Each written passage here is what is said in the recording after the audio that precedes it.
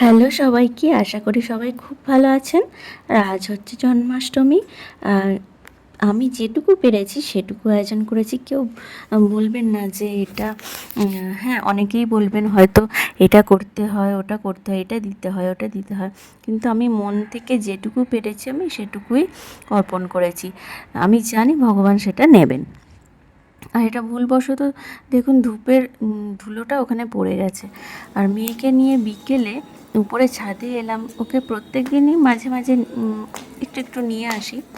আর তো আজকে ভাবলাম একটু ভিডিও করি।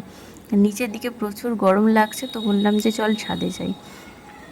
এবার সন্ধ্যাবেলা ওকে বললাম যে চল এই আঙ্কেলটা যে ওর বাবার আর কি কলিগ, যে ব্যাগটা দিয়েছে নিয়ে দেখা তো কীরকম লাগছে। তো দেখাচ্ছিল, ও নিজে দেখবে, আমি যে দেখাবো ওটা দেখবে না। তো এই হচ্ছিল সন্ধ্যাবেলা। তারপর ওকে ভাবলাম যে একটু কৃষ্ণ সাজিয়ে দিই। তো কৃষ্ণটা সাজিয়েছি, আর কোমরে একটা ওড়না জড়িয়ে দিয়েছিলাম, কিন্তু ও ভাবছে আমি ওকে বাঁধছি, মানে পেটটা ঢাকার জন্য।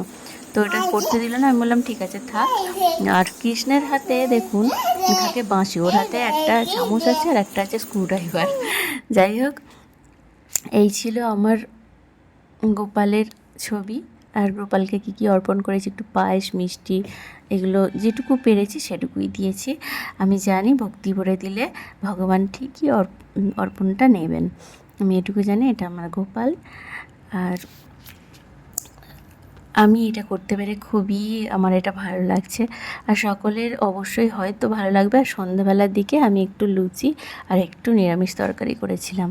আর এই যে মেয়ের সাজ, মেয়ে বসে আছে।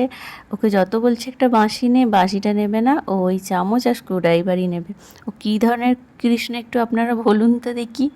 তো এই যে এখানে ওড়নাটা বেঁধেছি বলে ও কাঁদছে। তো ওর পাপাকে দেখাতে গিয়েছিল, এখানে দাঁড়িয়ে আছে। পাপা অফিস থেকে বেরিয়ে বাথরুমে ঢুকেছে, ও দেখাতে বেরিয়েছে, সেখানে আমি ছবি তুলেছিলাম। তো এই যে ওর ফটো সেশনগুলো হয়েছে। চলুন টাটা, বাই বাই।